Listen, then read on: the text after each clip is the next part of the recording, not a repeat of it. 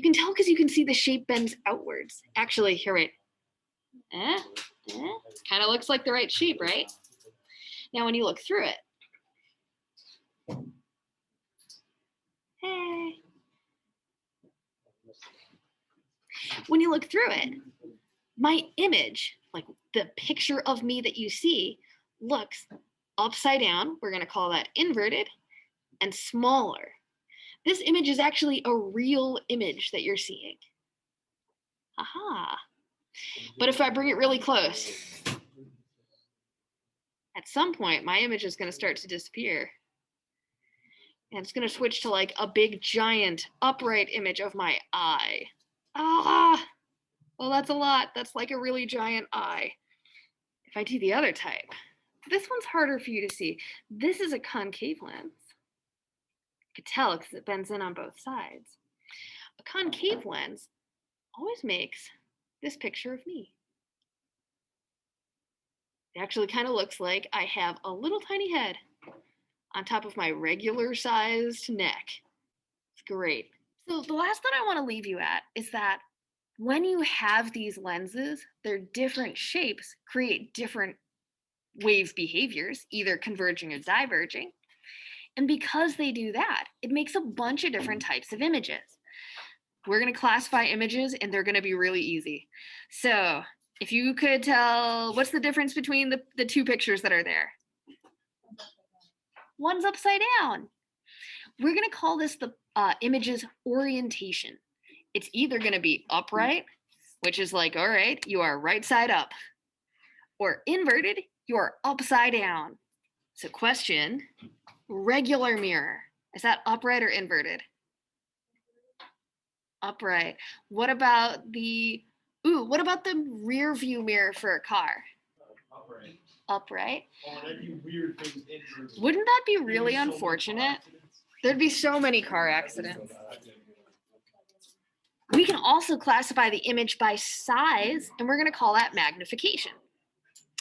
If M is greater than 1, it means that your object looks bigger than normal. Can you give me an application where you look through an optical device and the object looks bigger than normal? Glasses, if they're not your prescription, that is one. I'm looking for an optical device that when you look through it, things look bigger. Magnifying glass is one. What if it's really, really small? What do we call it? Microscope. Sometimes water. How about one more? Telescope. Right? So these are all M equals greater than 1. They make your object look bigger, right? But we don't always want that. That's not always useful. What if M equals 1? Can you name me an optical device that is the same size as the original object? Glass. All right, give me one more. Mirror's the one I was thinking of. Mirrors were like, what about if M is smaller than 1? This would be a device where like, you look into it and everything into it is small. Huh? Binoculars backwards. Yeah, and if you saw the fisheye lens that's going around, that acts like an eye hole, right? Haha. This acts like an eye hole. Why we would want a smaller image? Because like that doesn't make sense to people sometimes. Sometimes you want a smaller image because it gives you a wider field of view. The side view mirror from your car has smaller images so that like you can see more of the road at one time, right? Those security mirrors right behind Sam. You see that mirror behind Sam? It gives you a smaller, actually, if you put your face right up next to it, you look smaller. It's small enough that like, you're like, it just doesn't look right. Right? Whenever your proportions are like a little bit off, it like messes with you. If you look into like a side view mirror or a security mirror, it makes you look a little bit smaller. The trade-off being you can see a larger portion of the room. That's why a fisheye lens is in a peephole for a door, is so you can see a larger portion of outside.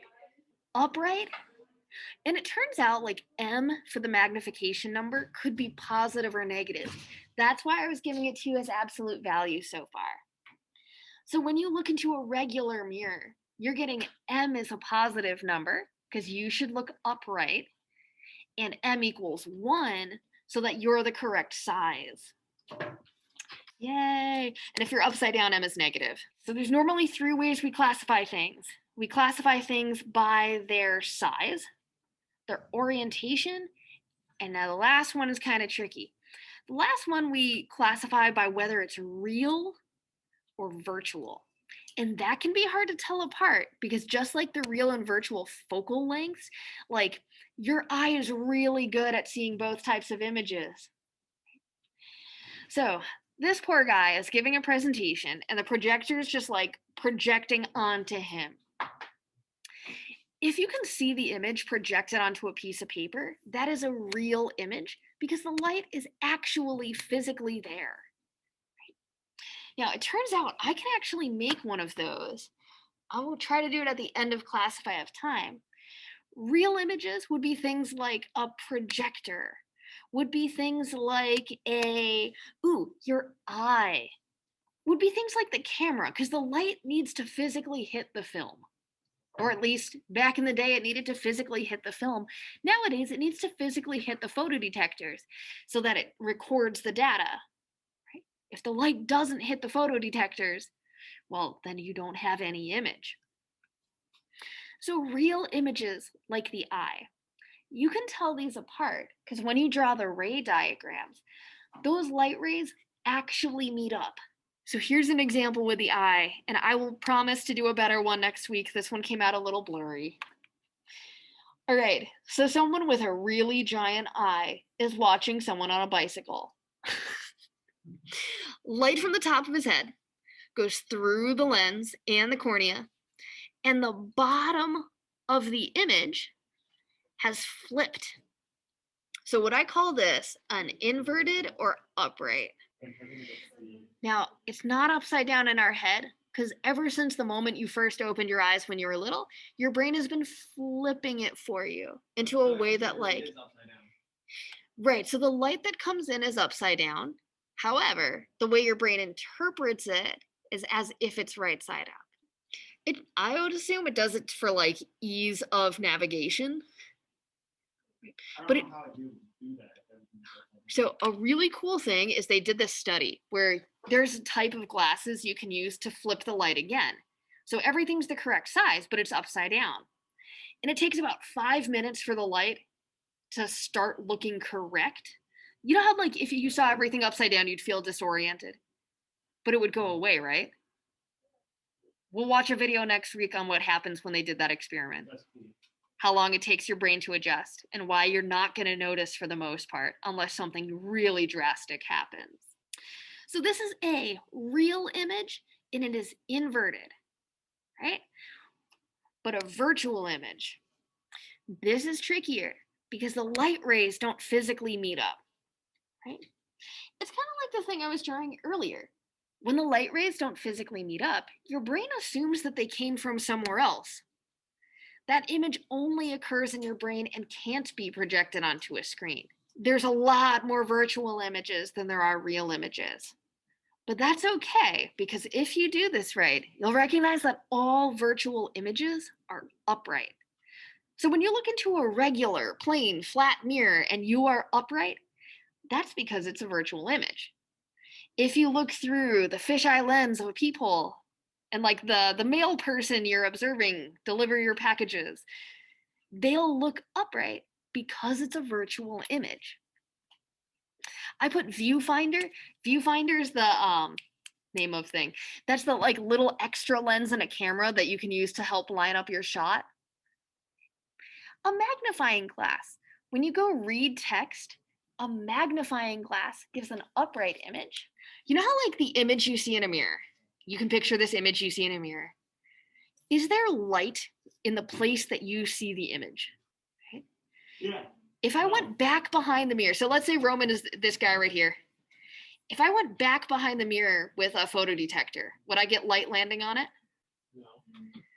That's because our brain thinks the light came from here when nothing is truly there. The glass houses, the maze things at fairs. That's why it's so Yes.